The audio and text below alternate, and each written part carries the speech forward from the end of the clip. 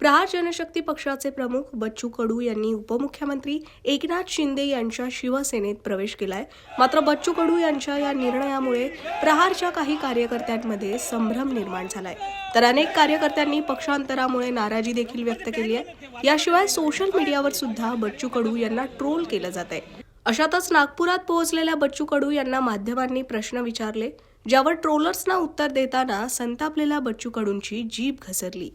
शिवसेनेमध्ये प्रवेश केलाय, जबाबदारी कोणती मिळणार आहे, काय आश्वासन मिळालं आहे एकनाथ शिंदे यांच्याकडनं? प्रश्न जबाबदारीचा नाही आहे, मुद्द्याचा आहे आणि मुद्दे घेऊनच लढणार आहोत. शिवसेनेचा एक नवीन चेहरा पाहायला भेटणार आणि तो शेतकऱ्यासाठी, दिव्यांगासाठी, मजुरासाठी लढणारा असेल. आम्ही जो भगवा घेतलेला आहे तो छत्रपती शिवरायांच्या विचाराचा आहे आणि त्या विचारानं अख्खा महाराष्ट्र पुजून काढून जी शिवसेनेची ताकद जेवढी वाढू तेवढी सगळी ताकद शेतकरी आणि मजुरांची आणि दिव्यांगाच्या बाजूने उभी करू. आमच्या शेवटच्या श्वासापर्यंत शेतकरी, मजूर, कष्टकरी, कामकरी, दिव्यांग हा सुटणार नाही. काही सुटलं तरी चालेल, पण शेतकऱ्यापासून आम्ही अलिप्त आणि दिव्यांगापासून अलिप्त होणार नाही. भाऊ, एक प्रश्न असा आहे की काही तुमचे कार्यकर्ते जे आहेत ते संभ्रमावस्थेत आहे की तुम्ही आता ज्या पद्धतीने संघटना बांधली, ते लोक काम करतायत, आता ते कोणाचं काम करणार? नाही, ते प्रहारचं ज्यांना राजकीय काम करायचं आहे ते शिवसेनेत येणार, स्पष्ट बोलतो आहे. पण काही नालायक असतात, ते काही सुटत नाही. पण ज्यांना राहायचं आहे त्यांनी राहावं व्यवस्थित. मी कोणाला जबरदस्ती केली नाही, जबरदस्ती करणार नाही. प्रश्न असा आहे का ज्यांना राहता, इथून आमचा राजकीय प्रवास सुरुवातीला शिवसेनेतून झाला, मधात प्रहारमध्ये होता आणि मी एकमात्र आहे. लक्षात ठेवा का जे म्हणतात ना बगल बच्चे काही, अरे मोठे मोठे लोक कोणता पक्ष सोडून मोठा पक्ष पकडला, पण बच्चू कडू 25 वर्ष एकटा लढला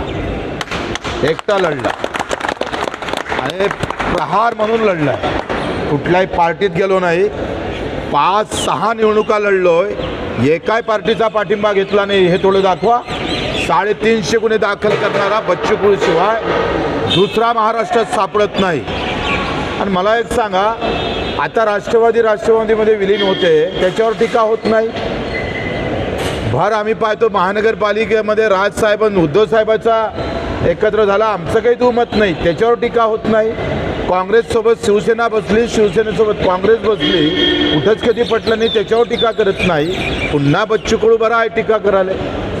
पहिले आम्ही पहा का ह्या 6 महिन्यात बच्चू कडू जीवाचं रान करून शेतकऱ्याचे जे प्रश्न आहेत ते शिवसेनेच्या तोंडात घालून आम्ही पाहतोय. शिवसेनेचं धोरण नव्यानं दिव्यांगासाठी, मजुरासाठी, शेतकऱ्यासाठी शिवसेना पक्ष नव्यानं धोरण तयार करेल. शिवसेनेचं धोरण आहेच शेतकऱ्याचं, पण त्याला अधिक नव्यानं रूप देऊन पुन्हा शिवसेना शेतकऱ्याच्या बाजूनं अधिक सक्षमपणे उभी तर आहेतच, पण अधिक ताकदीनं उभं करण्याचं काम आम्ही करणार आहोत. त्याच्यानं कोणाची पोटदुखी होत असेल त्याची आम्ही पर्वा करत नाही.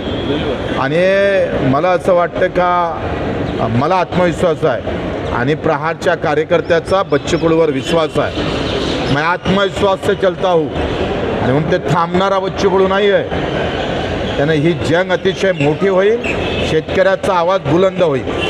पुन्हा एकदा सोशल मीडियावरून पुन्हा तुमच्यावर टीकेची त्याची आम्ही पर्वा करत नाही. ते 50 पैशानं भेटतात विकत ट्रोल करणार आहे.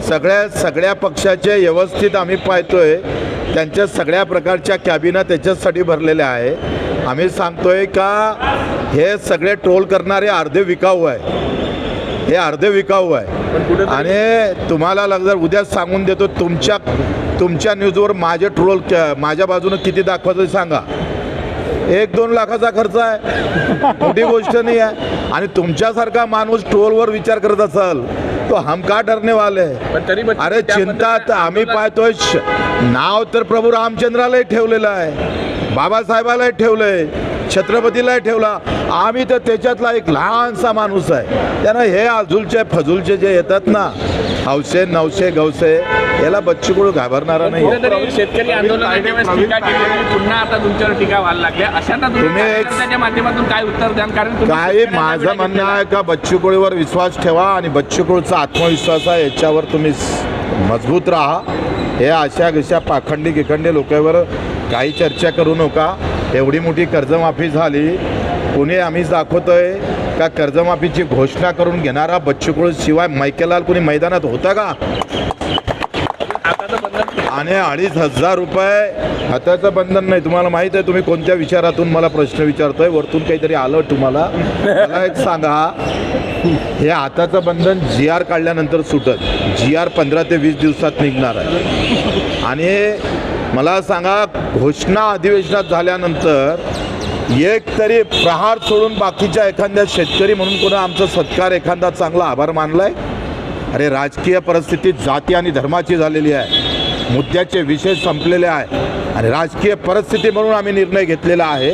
आणि या परिस्थितीत आम्ही टिकू तर शेतकऱ्याचा मुद्दा टिकेल, दिव्यांगाचा मुद्दा टिकेल, हे आम्हाला माहीत आहे. आमची इमानदारी आहे. आणि टोल करणारे किती काही टोल आम्ही काही त्याच्यातून पडणार नाही. हे भामटे लोक आहे, हे साले यांच्या